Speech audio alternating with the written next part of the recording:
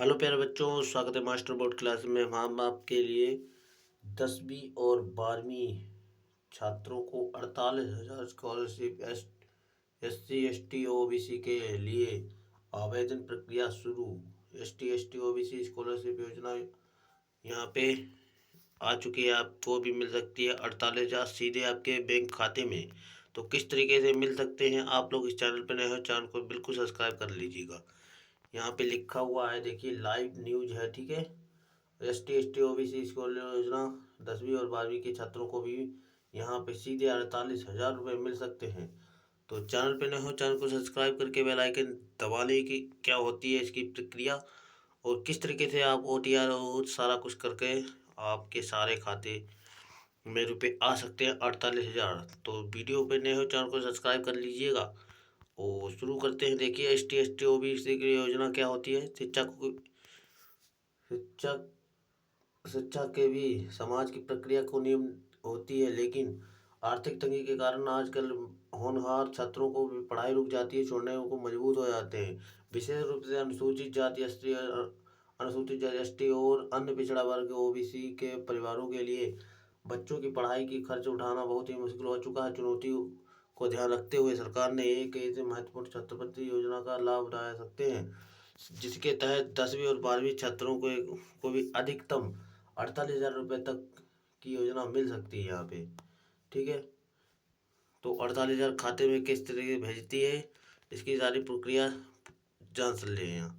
योजना का उद्देश्य क्या है, आप योजना का उद्देश्य भी पढ़ सकते हैं। और योजना का उद्देश्य में आप लिखा हुआ है, योजना का उद्देश्य इस छात्र के योजना का मुख्य उद्देश्य सुनिश्चित करना है कि पैसा किसी भी कमी किसी को भी छात्र को सपनों में बाधा ना बनाए दे, जैसे कि आपको दिक्कत ना हो, ठीक। अक्सर देखा जा गया है कि आर्थिक रूप से कमजोर परिवारों के बच्चों को 10वीं और 12वीं के बाद आगे पढ़ाई की जाती है, जैसे कि BSc BCom और सारे बच्चे आगे फीस के वजह से छोड़ देते। तो इसी के लिए बनाई गई है, क्योंकि फीस की किताबी यूनिवर्सिटी और अन्य शैक्षिक खर्च कर बहन करना अधिक मुश्किल हो जाता है।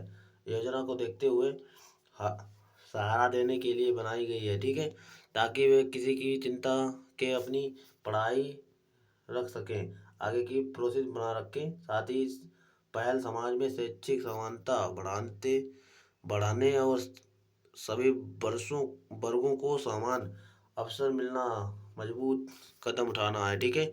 इसका उद्देश्य यही है।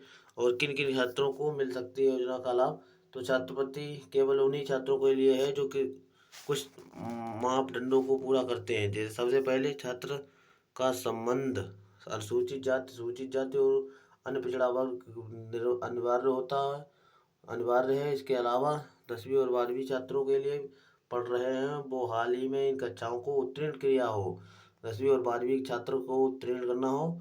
और कई मामलों में छात्र का शैक्षिक प्रदर्शन भी देखना होता है। देखिए BSc और BCom वाले यहाँ पे फॉर्म भर सकते हैं और इंटरव्यू वाले भी भर सकते हैं, ताकि उन्हें सुनिश्चित किया जा सके कि सहायता वास्तविक में पढ़ाई उपयोग हो। या योजना सरकारी स्कूलों के लिए मान्यता प्राप्त निजी स्कूलों में पढ़ाई वाले छात्रों के लिए भी लागू है। सबसे पहले सब बड़ी सुविधा है, छात्रों की राशि सीधे बैंक खाते में ट्रांसफर की जाती है, जैसे तहत की गड़बड़ी कोई बिचौलिया नहीं होता है, धोखाधड़ी से बचे रहें।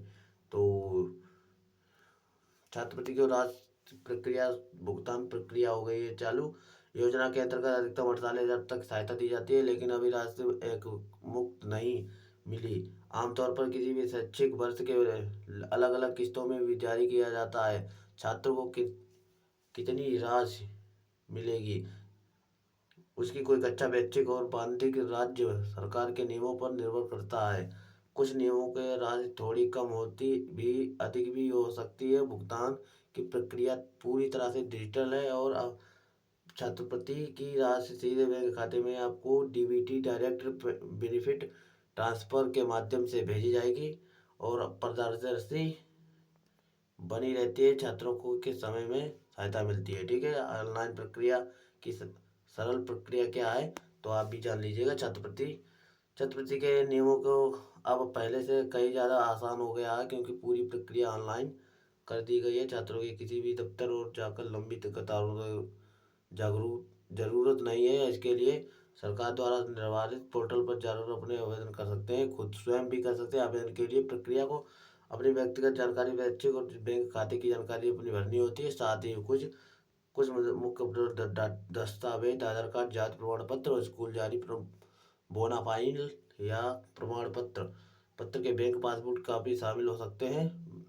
आवेदन सबमिट होने के बाद प्रक्रिया दस्तावेजों की जांच की जाती है और सब कुछ सही हो पाने के साथ स्वीकृत किया जाता है। ठीक है, तो सारा कुछ स्वीकृत हो जाएगा और आपके खाते में आ जाएंगे। ठीक है, इस प्रकार की योजना को तहत मिलते हैं सबसे बड़े फायदा यह है कि पढ़ाई आर्थिक बोझ काफ़ी हद तक कम हो जाती है, जिससे परिवार राहत महसूस कर सकता है और छात्रों को आत्मविश्वास बढ़ता है, क्योंकि भरोसा मिलता है सरकार उनकी शिक्षा के लिए उनके लिए खड़ी है। तीसरा, इस तरह के सहायता के छोड़ने की दर में कमी आती है, क्योंकि छात्र पढ़ाई के बीच में छोड़ने के बजाय आगे बढ़ने की प्रक्रिया होती है। इसके अलावा यह योजना सामाजिक समानता और बढ़ावा देती है। पिछले वर्गों के लिए मुख्यतः अवसर होती है। ठीक है, पिछले वर्ग बहुत ही बच्चे पढ़ नहीं पा रहे हैं, तो इसीलिए योजना रखी गई है। आवेदन करने के समय किन किन बातों का ध्यान रखें। छात्रों के लिए आवेदन करते कुछ समय ध्यान रखें किन किन दस्तावेजों को सुनिश्चित कर देते हैं, जिससे कि दस्तावेज सही हो। अपडेट करें, सही जाति प्रमाण पत्र, सही अधिकारी द्वारा दिए गए बैंक अधिकारी, बैंक खाता छात्र के नाम होना चाहिए, वही नाम होना चाहिए। आधार कार्ड का सक्रिय होना चाहिए और आवेदन फार्म भरते समय कोई भी जानकारी गलत ना हो, क्योंकि गलत आवेदन पर आवेदन रद्द हो किया जा सकता है। साथ में अंतिम तिथि का ध्यान रखें और फार्म जरूर जमा करें। यदि किसी भी प्रकार की समस्या होती है तो पोर्टल आकर हेल्पलाइन नंबर पर सहायता कर सकते हैं। ठीक है, और तो सहायता किस तरीके से आज छात्रों को अभिभावकों के लिए जरूरी संदेश है। केवल छात्रों के बल्कि अभिभावकों के लिए भी एक बड़ी राहत है, जिससे कि भरोसा मिलता है बच्चों पढ़ाई आर्थिक कारणों से अधूरी नहीं रह जाएगी।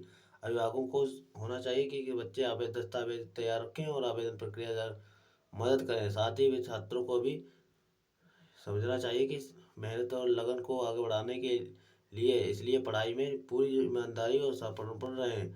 इससे निष्कर्ष क्या निकला हमारा कि आप किस तरीके से ST OBC 12वीं क्लास 48 छात्रों की योजना के तहत छात्रों को संगीन प्रभावी कदम है, या केवल आर्थिक सहायता प्रदान करती है बल्कि छात्रों को अपने परिवारों को साकार करने का हौसला भी बनाती है। जैसे समय समय आवेदन करने उचित दस्तावेजों के साथ योजना का लाभ उठा सकते हैं, भविष्य को मजबूत बना सकते हैं। ध्यान रखें कि योजना में जुड़ी सभी पात्रता और पुष्टि हमेशा अधिकारी सरकारी पोर्टल पर ही करें, ताकि किसी भी तरह का गलत फार्म ही से बचा जा सके। ठीक है, तो ये हमारी थी न्यूज़, और ऐसे न्यूज़ को पाने के लिए चैनल पे नए हो चैनल को सब्सक्राइब कर लीजिए।